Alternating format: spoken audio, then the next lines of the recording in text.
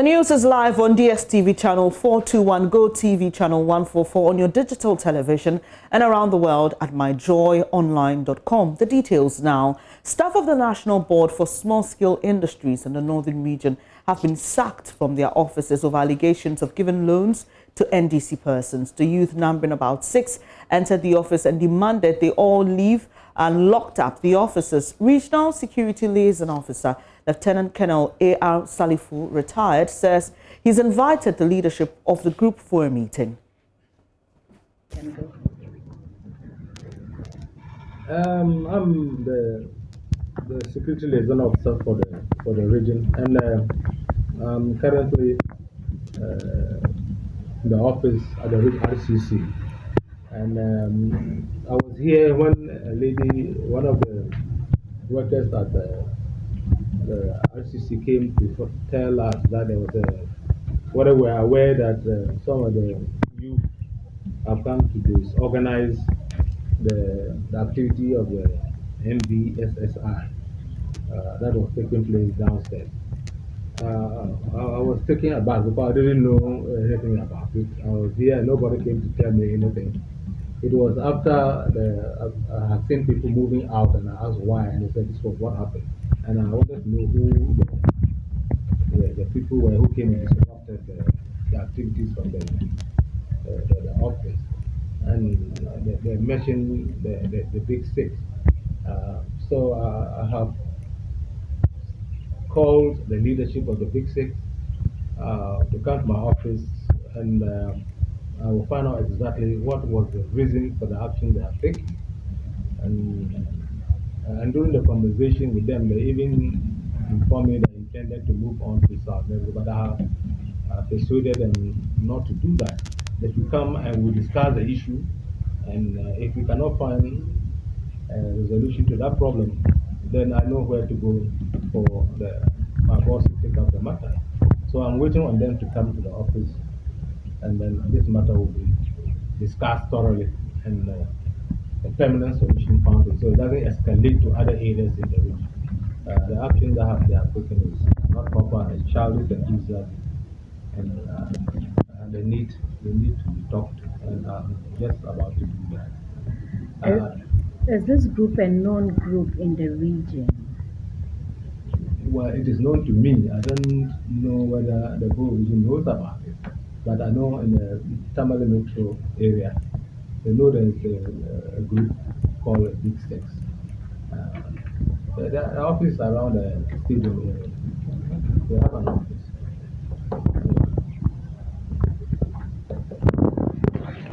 Northern Region correspondent Martina Bugri is joining us with more on this story. Martina, just help us with some details on this story. This youth group that has gone to sack workers of the NBSSI, who are they really?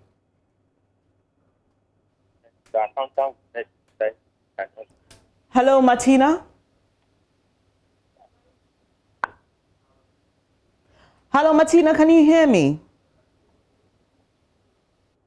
We seem to be having a challenge with Martina's line, but we just wanted details on that particular story of some youth, about 6 of them, who have gone to the NBSSI office in the Northern Region, asking the workers to leave the place over allegations that they've given contracts to NDC persons. Martina Bugri is on the line with details. Hello, Martina. Well, too bad. We still can't hear Martina. They will try and work the lines. But fresh details emerging reveal the Volta Regional Security Council has documentary evidence of planned attacks and identities of leaders and sympathizers of secessionists. Separatist groups last month carried out attacks on some key state installation and police stations in the Volta region in a bid to claim what they describe as part of their territory. Speaking in an exclusive interview with JoyNews' MFR Pau, Volta Regional Minister Dr. Archibald Lecha called for more collaboration from the chiefs and people to enable security agencies crack down on operations of the secessionists. MFR, the arrests are taking place all over the region. I was briefed this morning, but I'm yet to meet the regional crime officer because arrests are made in Huawei, Bando, Apipe, and all over the region. And usually it is at the end of the day that we will get the numbers that were arrested over the weekend. And in order to make things easier for us, these people are all sent to a central place for interrogation and processing. So it's easy to get the figures. But I'll put the figure at more than 100 now because even as at yesterday, people were arrested around Adidome, where we were able to recover one of the AK-47s that were stolen from the Mepe police station. We found it in Adidome yesterday. The national security is working very much. Some of them are outside the country. We need, there are diplomatic channels to get to these people. There are also ways to track the finances and so on. So sometimes, these criminals are not arrested immediately. They are tracked for some time to really trace the details. So national security is handling that. National security is handling that, and I know they are doing a very good job, but I'm not in a position to disclose all that I know about these operations. So a time will come when the Ghanaians will know those behind these groups and their identities. Their names will be disclosed. But for security reasons, the security experts are going about in a way that will not jeopardize evidence, would also not jeopardize the security of our country. So I can assure the people that we're working on every angle, all the various angles concerning this particular security challenge that we are facing are being addressed by the relevant arms of government in terms of the security arms of government. Okay. So everything is perfectly under control in the region. We are not taking chances at all. You're watching the Midday News here with me, Bernice Abubedu-Lansa. Let's go back to our earlier story on the staff of the National Board for Small-Scale Industries in the Northern Region being sacked from their offices by some youth over allegations of giving loans to some NDC persons. Martina Bugri is there for us. Martina, do we know this youth and who they really are?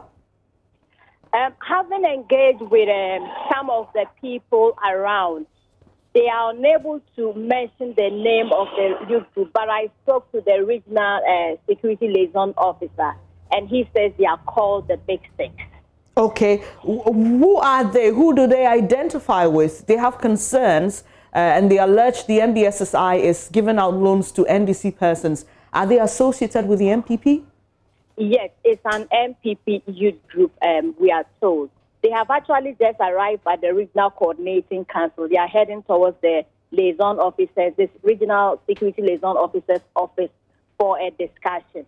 Martina, what was the manner in which they went to the office of the National Board for Small-Scale Industries? How did they ask the workers to leave the place? Was it violent? Speaking to those who agreed to speak but would not come on record, they said that they arrived, entered the office and asked who were the staff of MBSSI. And they asked them to leave the office, and then they locked up the place. So the place is still locked up as we speak? Yes, the place is still locked up. Okay. But I've also been engaging with the youth when they arrive, and they are denying that they are not the people who locked up the office.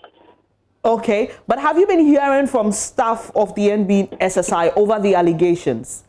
Yes, we spoke to a few of them. They are not ready to talk. They said unless they get clearance from their headquarters in Accra, they would not speak on the matter. All right, thank you very much, Martina Bugri. They're bringing us the latest on that story. We understand that that youth group has denied involvement in this incident, and they are at the Regional Coordinating Council for a meeting. I will bring you details of that.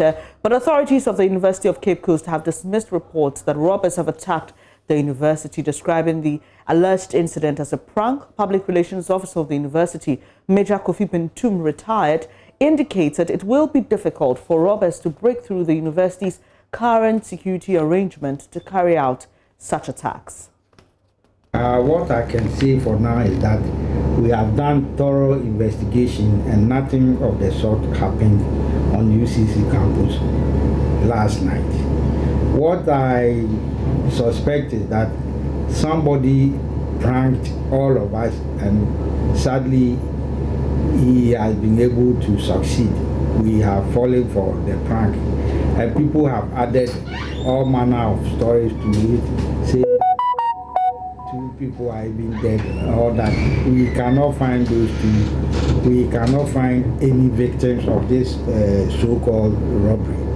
These things happen. If you have realized, occasionally they do it to the ambulance service, they do it to fire service. They will say that there's fire somewhere, they take the fire tender, they go there. So somebody just put on a student platform that armed robbers have come around, so people should take cover or whatever. So out of panic, students at the Carl Lecture Theatre started running helter-skelter. What I think we should do rather is to thank God that in the course of the stampede or panic, we did not record any heavy casualties, because such instances could have resulted in serious casualties. But thankfully, apart from one girl that I am told had a sprain in the leg, who is receiving treatment at the UCC hospital, nothing untoward happened to any other person, to the best of my knowledge. So to sum it up, there was a message. Where it came from, nobody knows. But this message alerted people that there were armed robbers around. Our security came in immediately. They didn't find any armed robbers around. The campus police also came in, because they do 24-hour patrols, if you like, but nothing was found. So that is all I can say for now. Yes, there is another allegation that is also making rounds that 2 students have been stabbed. Do you have anything from the university hospital, any reports anywhere? No, there is nothing like that. I've also heard a similar allegation that they claim even 2 people are dead. We haven't seen the dead bodies. Please, maybe you can even help us to retrieve these dead bodies. So what about the general security on campus? Because we know that in times past, there were these reports, and then vis-a-vis how the accommodation has been provided for students. Currently 200, 300 are on campus. It appears that in the private hostels, when some of these things happen, how does the university, treat all of these? It is true that in the past, some of these things happened, but over the last couple of years, the university have invested heavily in security. If you come to campus now in the night, you see that the place is well lit, lightning all over the place. Also, we have invested hugely in technology. Everywhere we have CCTV cameras working, and we have retrained our own security to bring them up to speed. Don't also forget that we have a police station, a division here on campus. So all these things have perhaps helped to bring security up to an appreciable. But being a human institution, occasionally you could have 1 or 2 miscrimes doing. You had my colleague, Central Region Correspondent Richard Kojinyako, speaking to the PRO of the University of Cape Coast. To some election-related stories now, President Akufo-Addo climaxed his 2-day tour of the Upper West region with the commissioning of a small town pipe water supply system at Hamile Hapa. The cost of the project is pegged at 5,122,829.54 cedis. It will provide a total of 168,444 gallons of water for 13,920 people. JoyNews' Upper West correspondent Rafiq Salam has more in this report. The commissioning of the Hamile Hapa small town pipe water supply system by President Akufo-Addo surely will change and better the lives of the people. Hitherto, they used to go through arduous times, wasting productive hours to look for the precious commodity. No struggle anymore. Water is at their doorstep. Head of Extension Services at the Community Water and Sanitation Agency, Theodoro Adomoko Ajayi, explains how the system, which is constructed with modern technology, works. As you can see, this is a token. So you just have to go and load money on the token, and it makes it very convenient to fetch water, because if you load money on this at any time that you want, at dawn, midnight, to your own convenience, you can just pick this, come and fetch water. Chief Executive Officer of the CWSA, Waranyo Kojosiabi, stated that the new mandate of the agency is to sustain water facilities and services they provide and also employ the right technical people. We are installing a lot of package plants to make sure that the facilities are treated soon. It's not part of this project, but you will see there are the system at Nadoli has a problem. If you are walking, you see that the reservoir is stained. We have excess iron and manganese, and so we are installing package plants. What we are doing is across the country, we are linking all of these package plants to Accra. You can sit in Accra. I can actually sit in Accra and switch off all of those water systems. I can stay in Accra and switch off the valve in your house if you are not paying. We can be there and determine the water quality within real time. So at least if we can do all of this, we can see that there is a challenge in Nadoli or there's a challenge in Hamile Hapa, and we can ask our colleagues to make sure that they take the necessary steps to do this. According to President Akufo-Addo, the Hamile Hapa small town pipe water supply system has been built at a cost of 5,122,829.54 Ghana cedis and will provide a total of 168,444 gallons of water for 13,920 people. He urged the people of the Lamuse constituency to vote massively to retain the government in power for another 4-year term to do more for them. A new 200 cubic meter high-level tank and 2 rehabilitated steel tanks, both with a capacity of 120 cubic meters, will serve as storage for the water. In addition to Hamile Hapa, Lambuse is another beneficiary of the rural water supply system of this region. Indeed, the Upper West region has also benefited from the drilling and construction of 250 boreholes fitted with hand pumps to improve access to potable water in 240 communities in 5 districts, namely Dafiama, Busie, Isa, Sisala West, Laura, Jirapa, and Nandom municipalities. Reporting for JoyNews, Rafik Salam, Hamile Hapa. One more for Nana. And Vice President Dr. Mahmoud Bawumia says government is in the final stages of establishing an integrated bauxite development corporation. The corporation will oversee the bauxite deposits across the country. Dr. Bawumia says when completed, the project will drive industrialization in Ghana. He's been justifying why electorate must vote the NPP in the general elections as he tours the Ashanti region. And Ayal Jima has more in this report. Dr. Bawumia says a plan to industrialize the country is in progress, hence the need to keep the government to complete the agenda. Yes, we are now at the final stages of establishing an integrated bauxite development corporation in Ghana, which will working with the deposits at Nyenahene, for example. We are going to build this integrated bauxite and aluminium industry, and that is going to be very major for this country in terms of our industrialization. We are also taking the same steps to do the iron and steel industry, and that is going to add to the automotive industry that we are building and the 1D, 1F. So the industrialization strategy is fully on course, and we need to stay the course to do it. And along with that is the revival of our railways. The Vice President touts the NPP government of being better managers of the economy than the previous administration. He explains reactivation of some policies as well as introduction of new ones is evidence of improved economy. Because we have been implementing many policies since we came into office.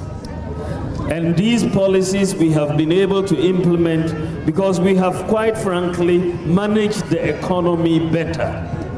You see that the economy that we inherited, the economy of 2016, could not have paid teacher training allowance, could not have paid nursing training allowance, could not have paid down the arrears on the national health insurance. But the economy that we have today, together with the policies that we are implementing, is allowing us to do so many things, so many new things that are going to propel the transformation of this country. However, the NPP government says free SHS is key to transforming the economy of the country. Dr. Yao Osei Educhum is Deputy Education Minister. So when you hear about free senior high school, how do you increase your gross tertiary enrollment ratio when only about 50% of the students who graduate from junior high school are able to go to tertiary?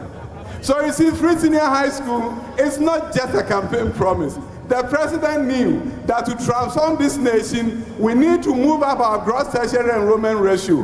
We need to get the vast majority of our people to move up in terms of education. The Vice President commissioned a 200-bed dormitory block at St. Monica's Senior High School. He also commissioned a one district, one warehouse project at Asem. For Joy News, Nanaya Ochima reporting. President Akufo-Addo has tasked the Inspector General of Police to apprehend killers of the late Infantiman MP Ekokwan Sahayford, else what will happen will happen. Describing the murder of the MP as a big blow to him, President Akufo-Addo revealed that he made it known to the IGP that he expects results from this particular case. This came when the President visited the bereaved family in the Central Region Monday afternoon.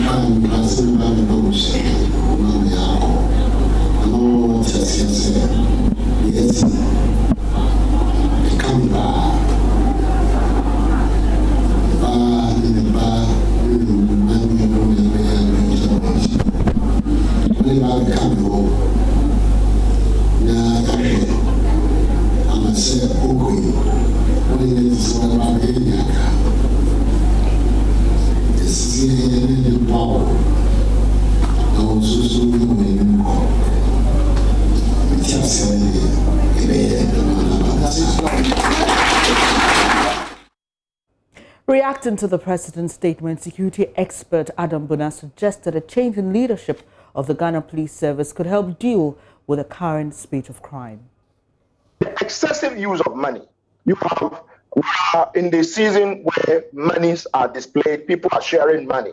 And so you have politicians carry money in their car boots, and therefore you can see crime rates have gone up. And if you check from 1992, around this time, when elections is coming nearer, you have crime rate going up. So what we are seeing today, even though unprecedented, it has always been this way when we are going into it. But this time around, it is probably worsened. And so the more we reduce the, moving cash, we move with cash, the more we limit our chances of getting robbed and sometimes getting killed.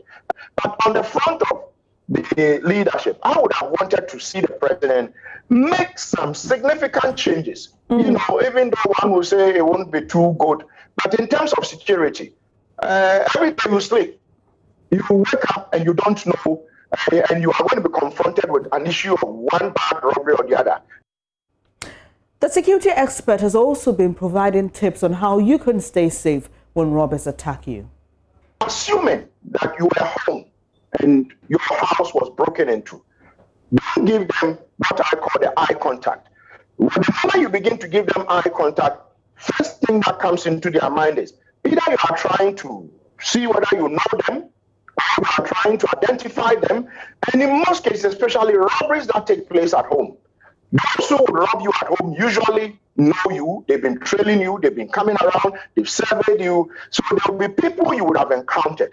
And so giving them an eye contact means that you are likely to identify them, and chances are that they will kill you or they will harm you. So don't do that, but as much as possible, still a glance to know who are these people. How is he walking? Is he limping? Is he tall? Is he, fat? Is he chubby? How is he like? Don't attempt to negotiate. Whatever they ask you to give it out to them. If you're on the highway, as you drive, especially in the night, be vigilant. If you encounter a roadblock and you realize that you just run into it, attempting to run usually would get them far into your vehicle, because they think that once you run, there are two things. You are running with the money, or you are running with whatever the goodies they wanted, or you go and blow the alarm. You go and report, and police will come. And so they will first of all try to immobilize you. But if you were about 100 meters away from the scene, and you can turn, and usually don't panic. Most people panic. And the moment you panic, chances are that you are going to go into a ditch. Once you panic, chances are that your reflexes are not good, your ability to think, you are not able to think straight. You will go into a ditch, and sometimes, even if they don't kill you, they'll beat you mercilessly because why are you running? Those are some tips, but here in Accra, some long-distance drivers at the Neoplan bus terminal feel the spate of robberies and various attacks on the highways is as a result of negligence on the part of the police. They spoke to my colleague Manuel Cranting. Sanity day and night, but the drone adwa police ni bia wo kwam am mountain him say e kwan so your mountain police barrier obeko kakra no we share police for kwan so Kumasi barrier from Accra to Kumasi barrier bia wo kwan so bia esikrom ensi wiram e wiram so na am Robert no so wo mi wa am ya adwuma so ma de eti barrier sin kura beduru ba bi no kura no unhu omo ma Ugosi amroba ti obato won wo to wie na munya aboba ne bia mo de kire police fo na wo mo ahu se eye wo mo ankasa aboba ne bia o munya no wo hefa wo mo ma police fo no companies akese no o enum ne enum sa na timi fa police after all ko VIP kura na Kumasi to Accra no police wo munyina kwasa kwa ye kwa ye de yankwa na nam sa na nkofo no ha ya adwen.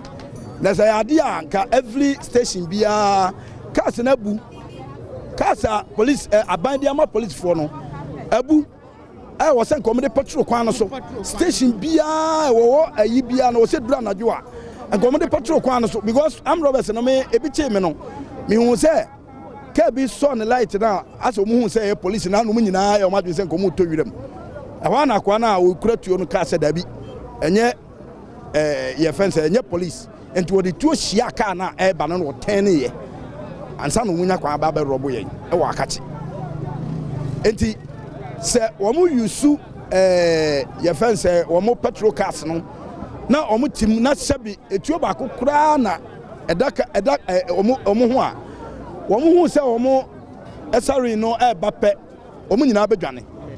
The main fact is, you see, the Ghana police, what they have been doing is so bad in the sense that, you see, these armed robbers, it seems they have something to do with the police.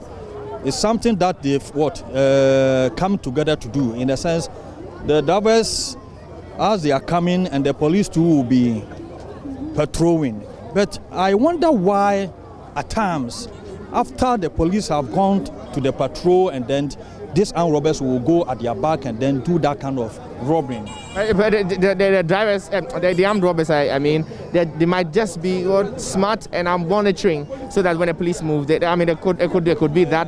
Yeah, actually, I know, I understand you, but the fact is, it seems there is a connection between both of them, the armed robbers and the police. You're suspecting that? Yes, that is my suspicious about that.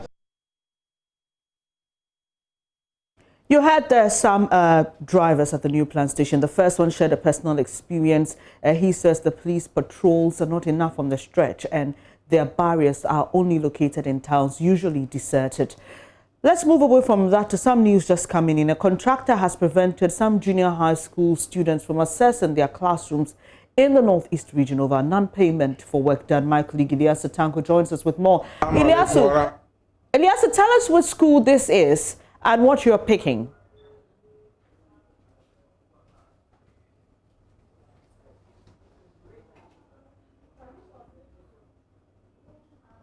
So right there in your visuals, you see some students of a junior high school in the Northeast region who are stranded because we understand the contractor has prevented them from entering their classrooms because of non-payment for work done.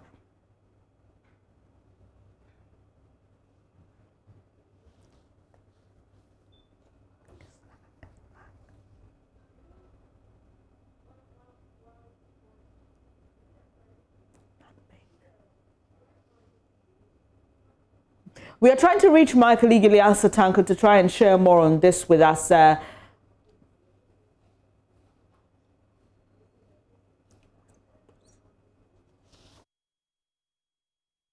we wait for Eliasa to get onto the line with us, let's bring an update on the West Mount Prusi flood, because victims have received cash donations from Vice President Mahmoud Bawumia and from other philanthropists. Let's hear from the MC for the area.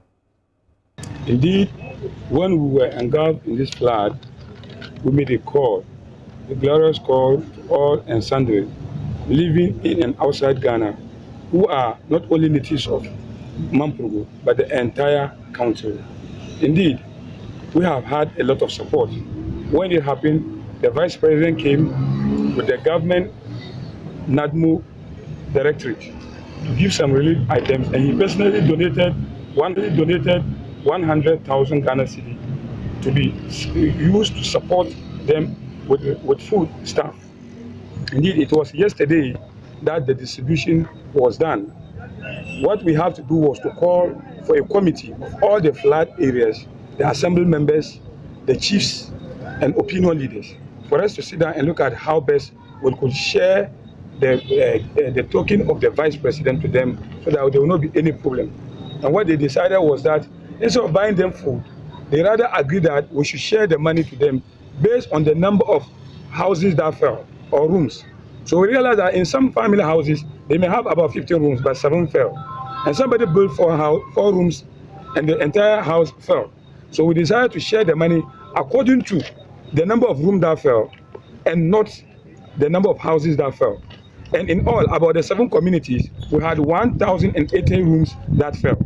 So we sat down together with the NADMU and divided the 100,000 by 1,080 rooms, where we got 92 Ghana cedi per room.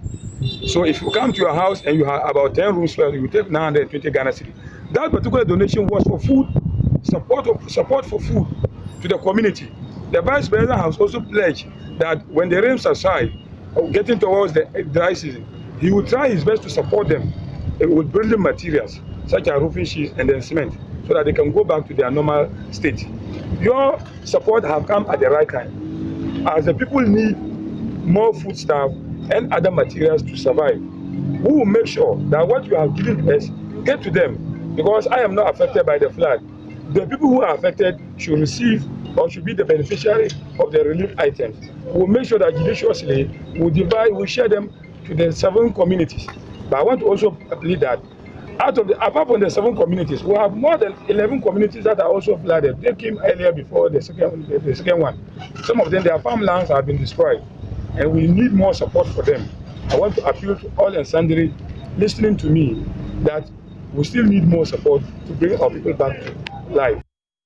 Osman Prusi MC there. Thank you to all those who also joined our campaign to support our brothers in the north. Back to that story about a contractor preventing students of a junior high school in the northeast region from accessing their classrooms over non-payment for work done. My colleague Ilyasu Tanko joins us live. Ilyasu, which school is this, and what have you been picking from the ground? Well, the school is called Wenchike DA Junior High School in the Wenchike community, which is closer to the Chirpone district capital. And what we are learning is that this school was actually shut down yesterday by the contractor, and I've been able to speak with this particular contractor, and he confirmed taking that particular action. And he said the assembly owes him over 100,000 Ghana cedis, and he completed this particular project and handed over to the municipal district authorities in 2016. And since then, they have promised him to pay him, but upon several appeals, they have refused to pay the money. And so yesterday, he went to the school and asked all the students to come out, and he locked up the school. As we speak, the school is still locked. The doors, the windows have all been barricaded, and there is a red hand banners tied on the doors and the windows and several parts of the school building. So as we speak, the school still remains locked. Have a response from the MCE or school authorities?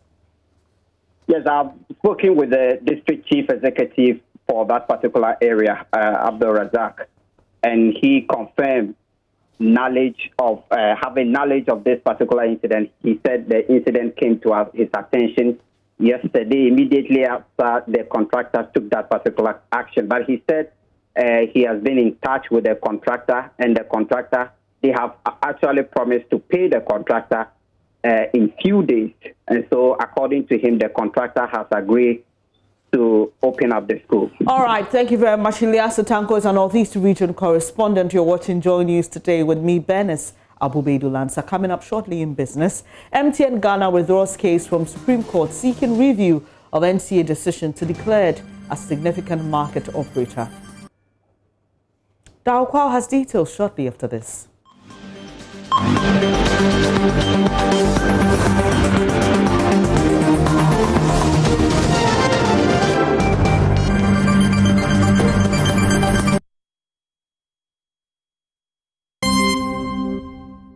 Hi everyone, time for some business news. My name is Darryl Kwao. MTN Ghana has withdrawn its case from the Supreme Court, seeking the Apex Court to review the High Court's decision regarding the declaration of the telecom firm as significant market operator.